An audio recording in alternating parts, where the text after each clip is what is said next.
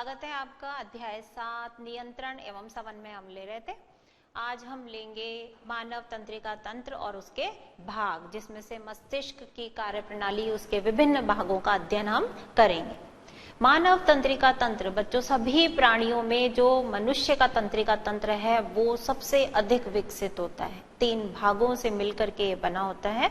3 भाग हैं इसके: केंद्रीय तंत्रिका तंत्र, परिधीय तंत्रिका तंत्र और तीसरा है स्वायत्त तंत्रिका तंत्र।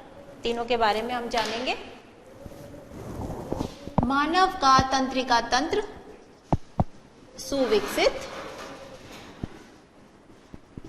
3 भागों से मिलकर बनता है। पहला है जिसमें केंद्रीय तंत्रिका तंत्र, दूसरा परिधीय तंत्रिका तंत्र और तीसरा है स्वायत्त तंत्रिका तंत्र। तो इस प्रकार से बच्चों 3 भाग हो गए हमारे तंत्रिका तंत्र के। सबसे पहले हम चर्चा करेंगे केंद्रीय तंत्रिका तंत्र की।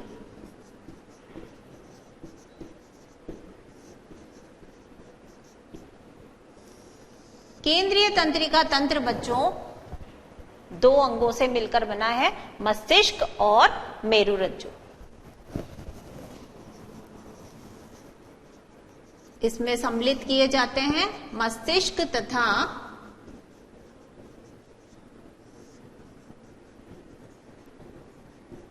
मेरुरज्जु। ये 2 अंग सम्मिलित किए गए हैं बच्चों केंद्रीय तंत्रिका तंत्र में।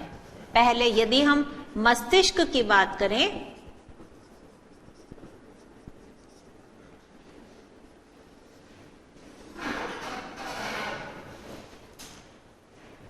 बच्चों इसमें कोई भी संदेह नहीं है कि अन्य सभी प्राणियों की तुलना में जो मनुष्य का मस्तिष्क है वो सबसे अधिक जटिल, सुविकसित और अधिक आयतन वाला होता है। मनुष्य सबसे अधिक बुद्धिमान प्राणी माना जाता है इस पृथ्वी पर। अधिक विकसित, जटिल तथा अधिक आयतन वाला होता है ये मस्तिष्क। शरीर की सभी क्रियाओं का संचालन करता है। शरीर की सभी क्रियाओं का संचालन ये मस्तिष्क करता है। बहुत ही कोमल अंग है ये तथा कपाल की अस्थियों में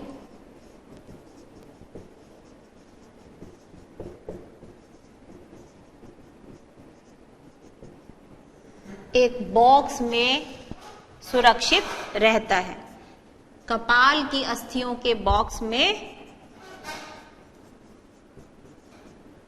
सुरक्षित रहता है।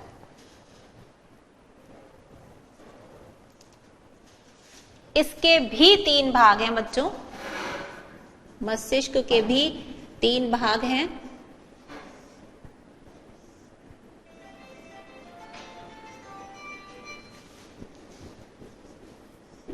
सबसे बड़ा विकसित भाग इसका अग्र मस्तिष्क, उसके नीचे उपस्थित होता है मध्य मस्तिष्क,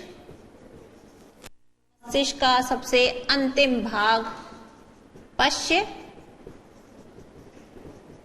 मस्तिष्क। इन सभी को बच्चों हम थोड़ा थोड़ा डिटेल में लेंगे। आपके बोर्ड में एक बार प्रश्न आया हुआ है कि मस्तिष्क के विभिन्न भागों के कार्यों का वर्णन कीजिए। चित्र बनाइए और वर्णन कीजिए। तो हम लेंगे इन तीनों को एक एक करके, उससे पहले आप ये नोट कर लें।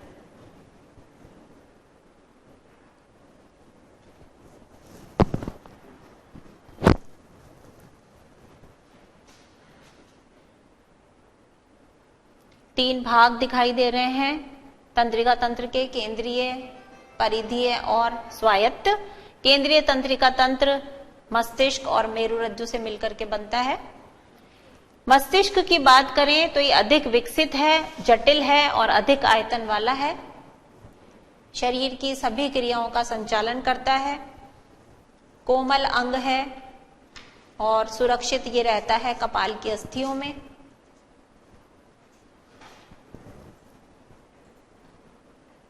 तीन भाग हैं इसके, अग्र मध्य मस्तिष्क, मध्य मस्तिष्क और पश्य। अग्र, मध्य और पश्य मस्तिष्क।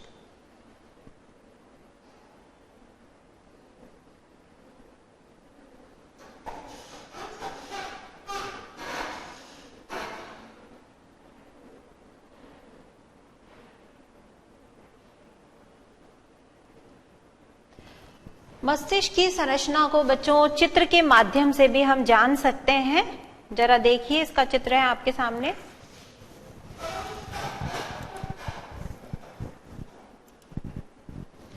कुछ इस प्रकार की बनावट है बच्चों मस्तिष्क की, जिसमें हम ये देखें,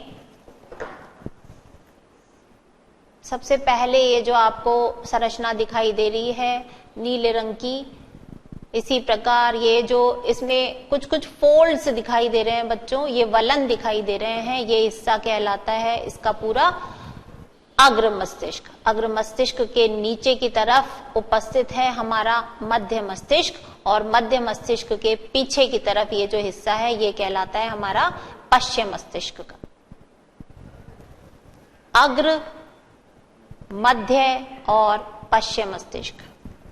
अग्र मस्तिष्क जो है बच्चों सबसे बड़ा भाग है और ये भी फिर से दो भागों से मिलकर के बना होता है, प्रमस्तिष्क और डायनसिफिलॉन, जिसमें से प्रमस्तिष्क सर्वाधिक विकसित भाग होता है। जैसा कि हमें दिखाई दे रहा है, अधिकांश आयतन यानी मस्तिष्क का 80% भाग ये बनाते हैं और इनकी सतह पर हमें कुछ फोल्ड्स भी नजर आ रहे हैं, वलन नजर आ रहे हैं।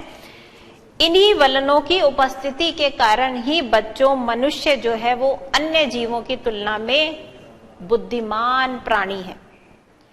बुद्धिमत्ता, याददाश्त और तर्क शक्ति आदि का केंद्र होता है ये प्रमस्तिष्क। नोट करते हैं बच्चों इसके बारे में हम कुछ पॉइंट्स।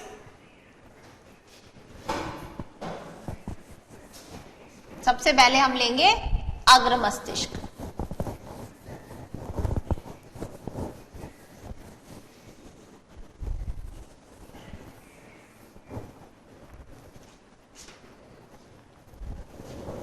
मस्तिष्क के तीन भागों में से सबसे पहला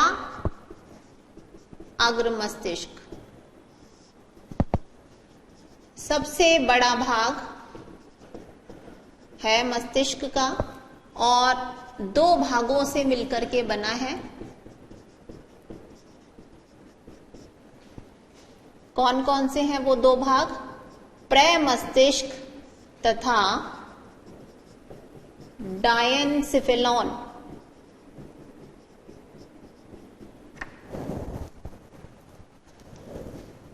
प्रमस्तिष्क की बात करें यदि,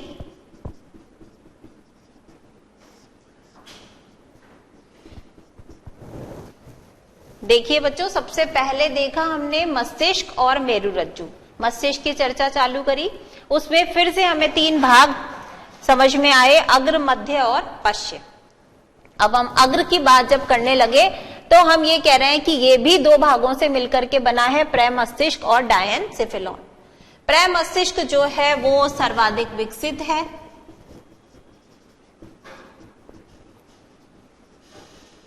लगभग मस्तिष्क का 80% भाग ये बनाता है।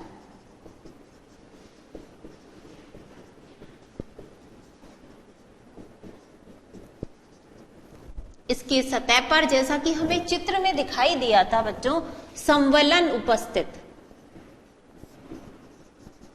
इंग्लिश में फोल्ड्स, संवलन उपस्थित, जिसके कारण ही मनुष्य जो है वो बुद्धिजीवी प्राणी है।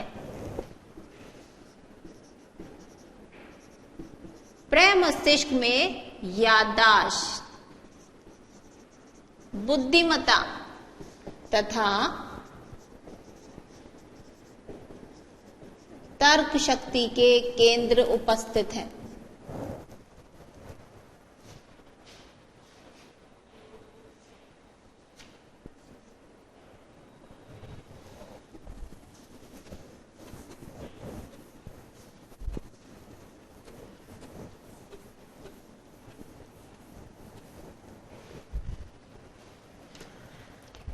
इसी प्रकार जो इसका दूसरा हिस्सा है, अग्र मस्तिष्क का जो दूसरा भाग है बच्चों, डायनसिफिलॉन,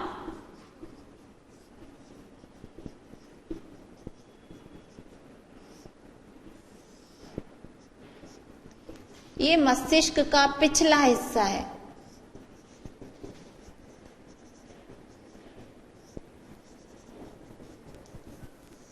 अग्र मस्तिष्क का पिछला हिस्सा, यहां पर श्रवण, दृष्टि, कंपन, ताप, श्रवण, दृष्टि, कंपन, ताप, स्पर्श आदि से संबंधित, स्पर्श आदि से संबंधित सूचनाओं का प्रसारण केंद्र है।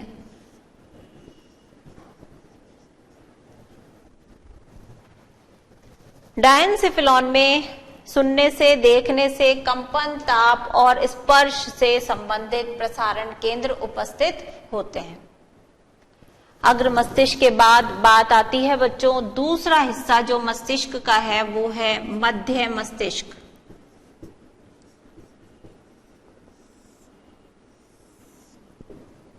ये हिस्सा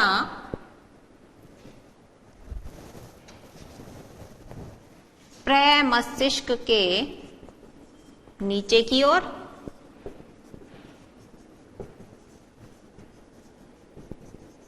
तथा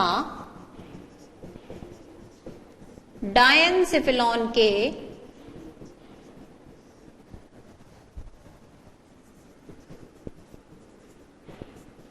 पीछे की ओर स्थित होता है।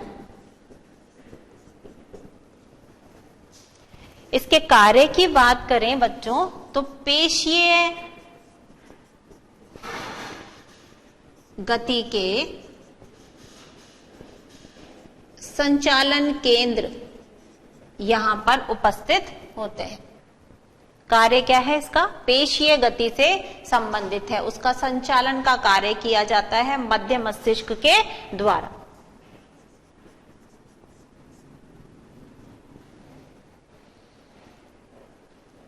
ये किसका कार्य हो गया? प्रमस्तिष्क का कार्य। यहां इसी प्रकार ये डायनसिफिलॉन का कार्य और ये हो गया मध्य मस्तिष्क का कार्य, जो कि प्रमस्तिष्क के नीचे की ओर और डायनसिफिलॉन के पीछे की ओर स्थित है।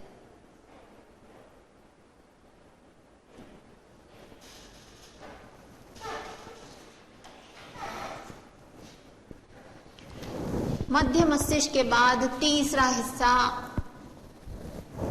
आ जाता है पश्चिम मस्तिष्क।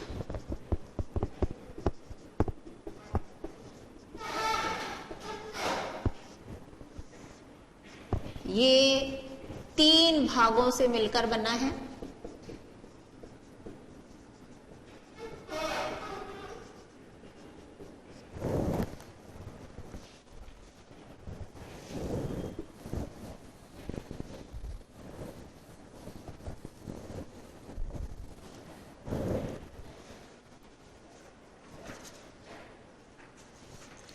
सबसे पहला जो भाग है बच्चों पश्चिम मस्तिष्क में, वो है अनुमस्तिष्क।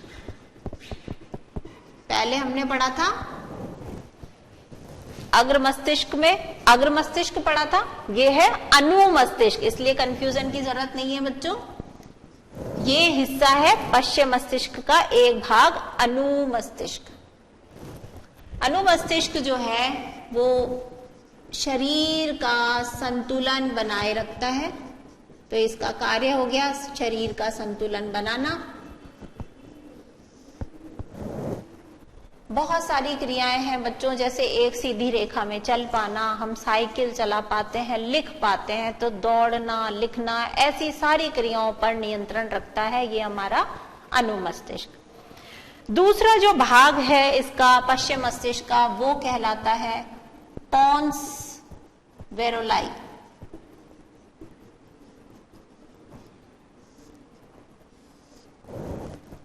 दूसरा हिस्सा है पोन्स वेरोलाई। भोजन के चबाने,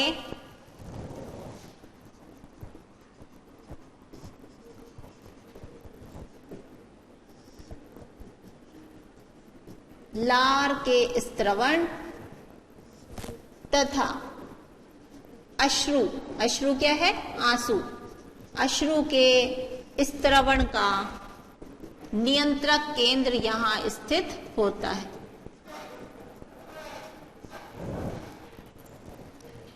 भोजन के चवर्ण यानी कि चबाने, लार के स्त्रवण और अश्रु के स्त्रवण के नियंत्रक केंद्र यहां पर स्थित होते हैं। और पश्चिम मस्तिष्क का सबसे अंतिम भाग जो है वो कहलाता है मेडुला ऑब्लोंगेटा।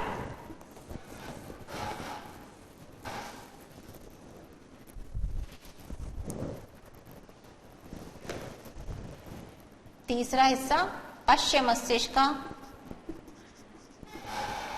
Medulla oblongata. अंतिम भाग, इसका कार्य क्या है मेडुला ऑब्लोंगेटा का? अनैच्छिक क्रियाओं पर नियंत्रण।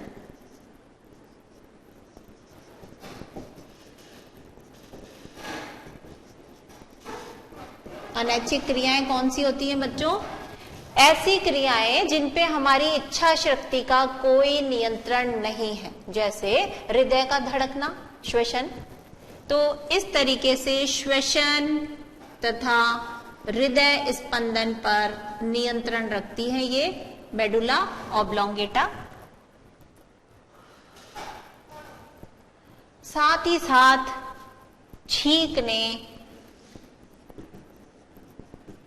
खांसने व निगलने, भोजन को निगलने के केंद्र भी यहां स्थित होते हैं।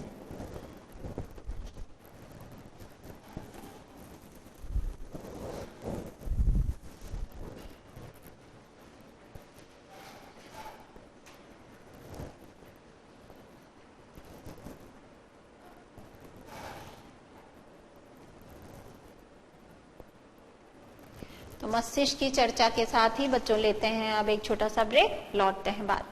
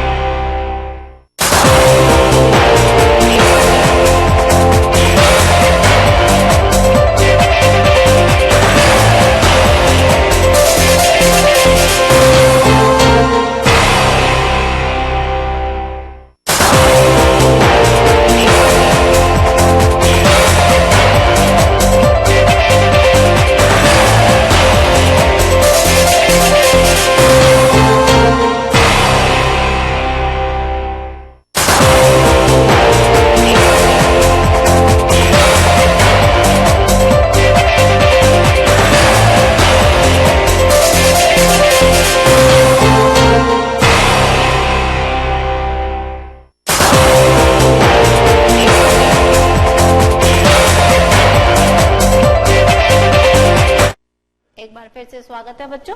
जो लोग जिनका रह गया वो लिख सकते हैं। पश्चिम मस्तिष्क के तीनों भाग हैं हमारे सामने। वहीं आगे हम बात करते हैं बच्चों, मस्तिष्क के अलावा जो केंद्रीय तंत्रिका तंत्र में दूसरा अंग है वो है मेरुरज्जु। मेरुरज्जु रीढ़ की हड्डी में सुरक्षित, जिस प्रकार से मस्तिष्क जो है वो कपाल की अस्थियों में सुरक्षित रहता है बच्चों, तो रीढ़ की हड्डी के अंदर जो हमारे पीछे, अगर आप गर्दन से महसूस करें, गर्दन से लेके हमारे कटी यानी कमर के नीचे वाले हिस्से तक जाती है रीढ़ की हड्डी, उसके अंदर सुरक्षित रहती है हमारी मेरुरज्जु। कार्य क्या है, हमने इससे पहले वाली क्लास में, पिछली क्लास में बच्चों बात की थी प्रतिवर्ती क्रियाओं की। उन क्रियाओं का संचालन का काम किसके पास है? मेरुरज्जु के पास है। तो प्रतिवर्ती क्रियाओं का संचालन का मुख्य केंद्र है ये मेरुरज्जु। इतनी बात है केंद्रीय तंत्रिका तंत्र। दूसरा हिस्सा जो है तंत्रिका तंत्र का वो है परिधीय तंत्रिका तंत्र। ये परिधीय तंत्रिका तंत्र तंत्रिकाओं से मिलकर के बना है। अब कौन कौन सी तंत्रिकाएं हैं? कपालीय तंत्रिका, जिनकी संख्या होती है बच्चों 12 जोड़ी, तथा मेरुरज्जु से निकलने वाली मेरु तंत्रिकाओं से मिलकर के ये बना है, जो कि 31 जोड़ी होती हैं। इन दोनों तंत्रिकाओं से मिलकर के ये हिस्सा बना हुआ है परिधीय तंत्रिका तंत्र का।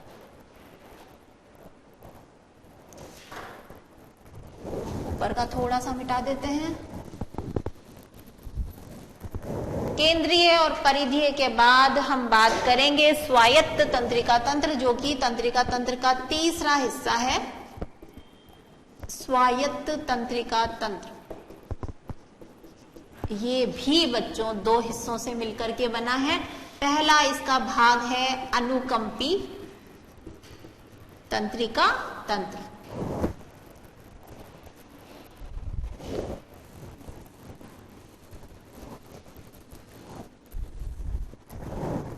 इस हिस्से का काम क्या है बच्चों? जैसे नेत्रों की पुतली का विस्तार करना,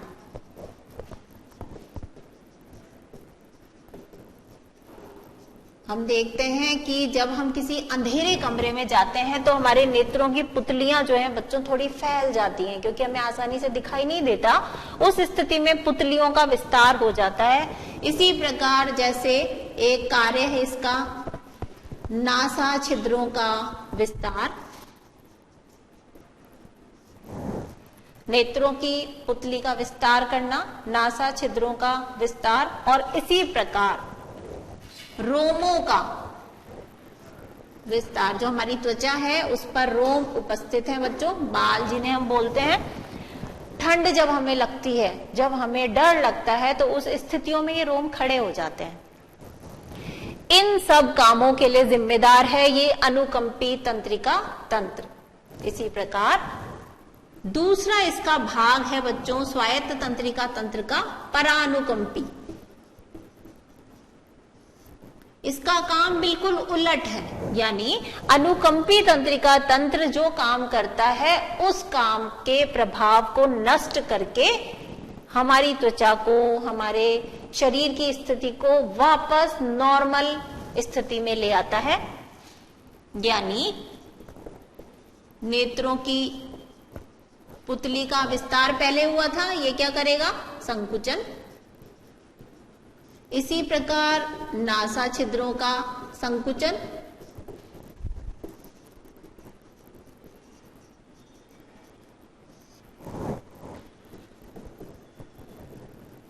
रोमों का अपनी पूर्व स्थिति में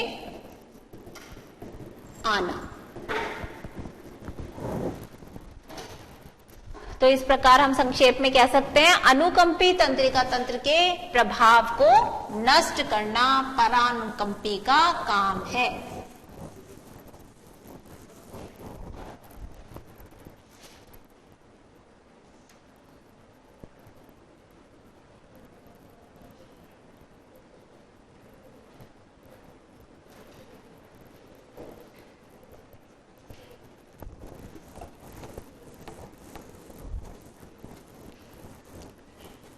अब ये तो चर्चा बच्चों आपके सामने हो गई तंत्रिका तंत्र की, जिसमें हमने मस्तिष्क का सविस्तार अध्ययन कर लिया, मेरुरज्जु के बारे में जान लिया। बात अब आती है तंत्रिका कोशिकाएं या तंत्रिका ऊतक जो है वो अपना कार्य करता कैसे है, तंत्रिका ऊतक की क्रियाविधि।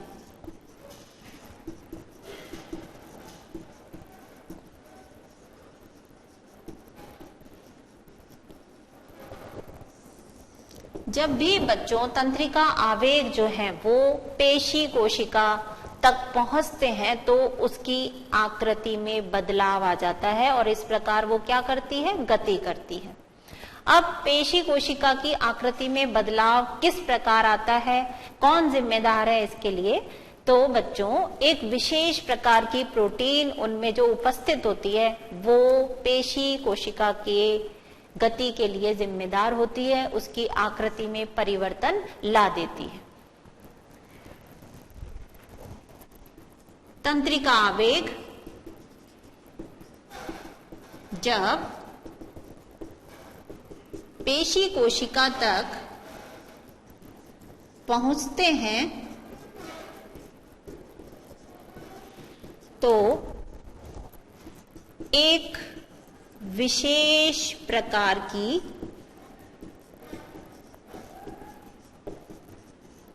प्रोटीन द्वारा उसकी आकृति में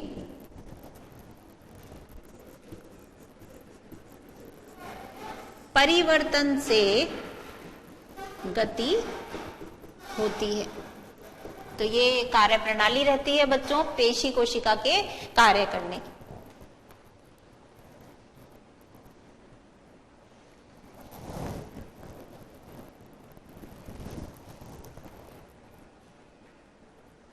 तंत्रिका आवेग जब पेशी कोशिका तक पहुंचते हैं तो एक विशेष प्रकार की प्रोटीन द्वारा पेशी कोशिका की आकृति में परिवर्तन हो जाने से गति संभव हो पाती है।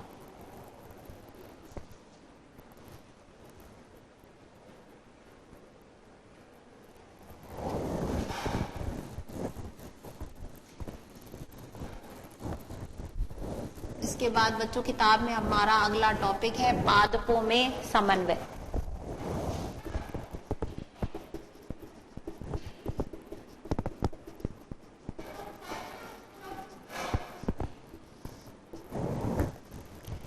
पौधों में जो भी गतियां होती हैं बच्चों, दो प्रकार से हम उन्हें विभाजित कर सकते हैं। कैसे? सबसे पहली तो वो गति देखने के लिए मिलती है, जैसे आप ध्यान दीजिए छुई मुई के पौधे को यदि हम छूते हैं तो उसकी पत्तियां जो हैं वो सिकुड़ जाती हैं, जो कि कुछ समय पश्चात अपनी पूर्व अवस्था में आ जाती है। तो इस प्रकार की गति जो है बच्चों वो वृद्धि से संबंधित नहीं है, वृद्धि पर आश्रित नहीं है। जबकि सामान्यतः हम देखते हैं एक छोटा सा पौधा है, वृद्धि करके वो बड़ा पौधा बनने लगता है। तो ये किस पर हुई? ये गति जो है, तना हम देखेंगे ऊपर की तरफ गति करता जाता है और जबकि जड़ जो है वो भूमि में नीचे की तरफ गति करती जाती है। ये गतियां तने की, जड़ की, ये गतियां वृद्धि से संबंधित हैं, वृद्धि पर आश्रित होती हैं। तो इस प्रकार पौधों की गतियों को हम मुख्यतया दो भागों में विभाजित कर सकते हैं।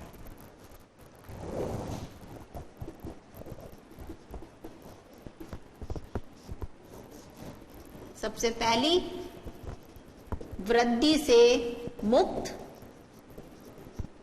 तथा दूसरी गति जो पौधे दर्शाते हैं वो है वृद्धि पर आश्रित। वृद्धि से मुक्त गति की बात जब हम करेंगे बच्चों तो हम आपको बता रहे थे उदाहरण छुई मुई के पौधे की गति।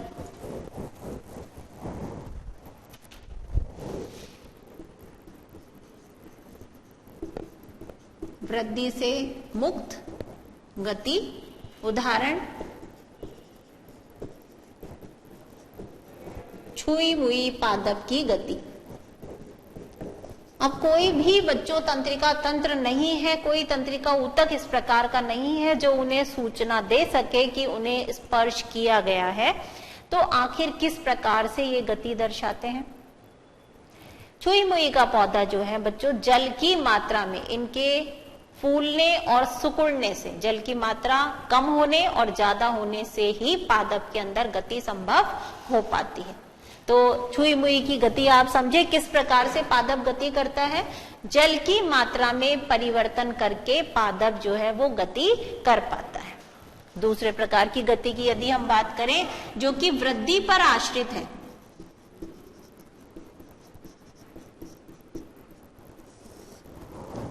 वृद्धि पर आश्रित गतियों को बच्चों कई कारक हैं जो प्रभावित करते हैं। कौन कौन से वो कारक हैं?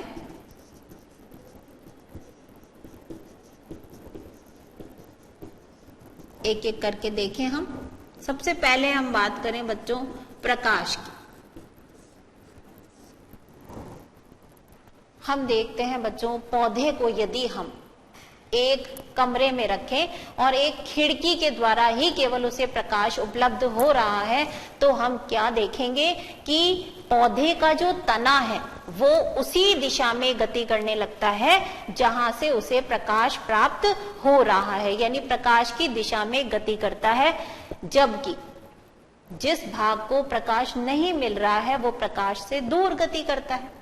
तो इस प्रकार बच्चों पौधे का तना प्रकाश की ओर मुड़ने लगता है, जबकि जड़ जो है वो प्रकाश से दूर गति करती है।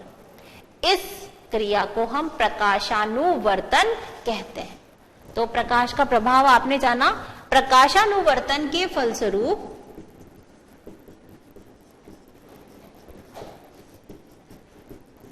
तना प्रकाश की ओर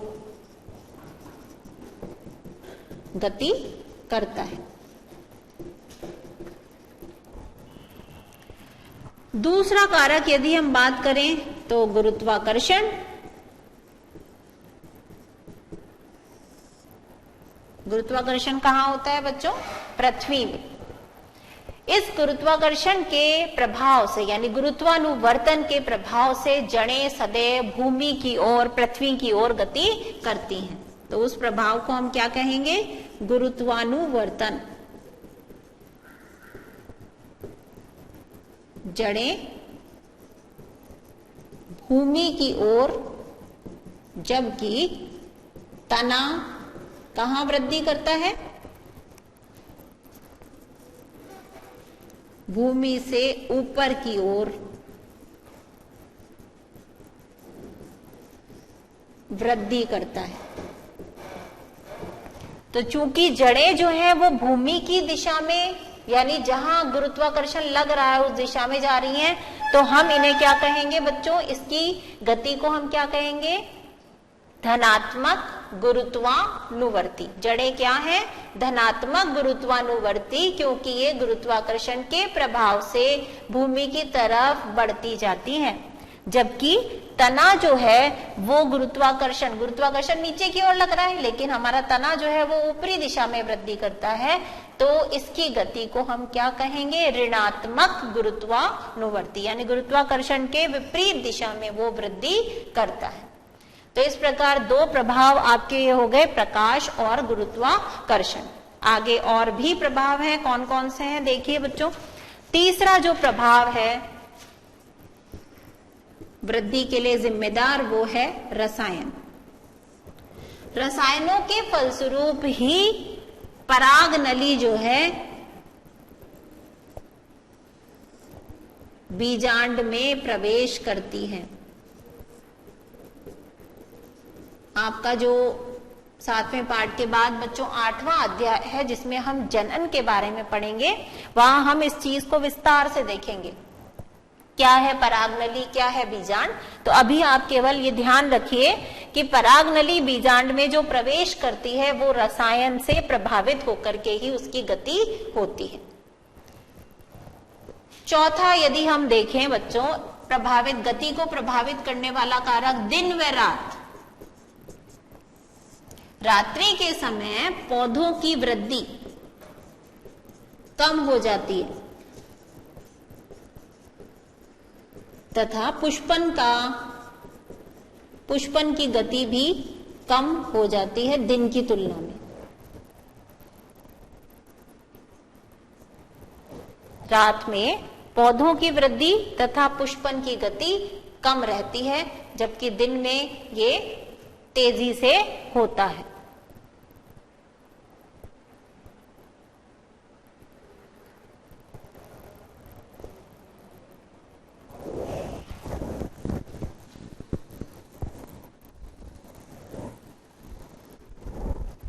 पांचवें कारक की यदि बात करें बच्चों, वृद्धि जो है वो हार्मोन से भी प्रभावित होती है। अब पादप हार्मोन जो है वो दो प्रकार के हो सकते हैं। पहला, जो वृद्धि को प्रभावित करते हैं, प्रेरित करते हैं, जिसके कारण पादप जो है वो वृद्धि कर पाता है, तो उन्हें हम वृद्धि हार्मोन कहेंगे। जबकि कुछ हार्मोन ऐसे भी हैं जो वृद्धि का संदमन करते हैं, उसका विरोध करते हैं। वृद्धि निरोधक हार्मोन भी होते हैं जो उनकी वृद्धि को सीमित कर देते हैं, रोक देते हैं। तो इस प्रकार पादप हार्मोन जो है वो वृद्धि हार्मोन तथा वृद्धि संदमक हार्मोन दो प्रकार के हैं। वृद्धि हार्मोन में यदि हम बात करें बच्चों, 3 हार्मोन की हम बात करेंगे। सबसे पहला है ऑक्सिन। ये आप ध्यान दें, इन हार्मोन्स के काम भी पूछ लिए जाते हैं। दूसरा है जिब्रेलिन और तीसरा वृद्धि हार्मोन है बच्चों साइटोकाइनिन।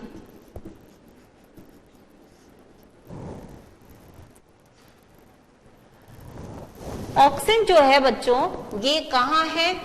प्ररोह के अंदर इसका निर्माण होता है, तने के शीर्ष में इसका निर्माण होता है। काम क्या है इसका? तने की लंबाई में वृद्धि करना। इसी प्रकार जो जिब्रेलिन हार्मोन है बच्चों, ये भी तने की लंबाई में वृद्धि करता है। तीसरा हार्मोन साइटोकाइनिन कोशिका विभाजन को प्रेरित करता है और तने की लंबाई में वृद्धि को प्रेरित करता है। तो तीनों के तीनों बच्चों क्या कर रहे हैं? वृद्धि को प्रेरित कर रहे हैं। जबकि वृद्धि संदमक हार्मोन जो है, इसमें एक उदाहरण हम पढ़ रहे हैं, एब्सिसिक अम्ल।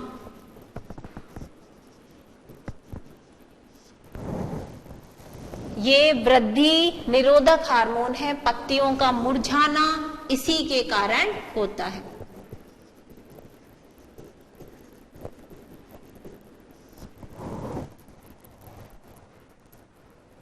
वृद्धि हार्मोन ऑक्सिन, जिब्रेलिन, साइटोकाइनिन तीनों वृद्धि के लिए जिम्मेदार, तने की लंबाई में वृद्धि करते हैं। जबकि एब्सिसिक अम्ल पत्तियों का मुरझाना इसी के कारण होता है। इस प्रकार बच्चों ये सब जानना आपने कि पादपों में समन्वय की क्रिया किस प्रकार संभव होती है। समय हो चला है, इसलिए अगली क्लास में बच्चों इस टॉपिक से संबंधित हम बोर्ड में आए हुए प्रश्न और इस अध्याय का शेष भाग लेंगे। तब तक के लिए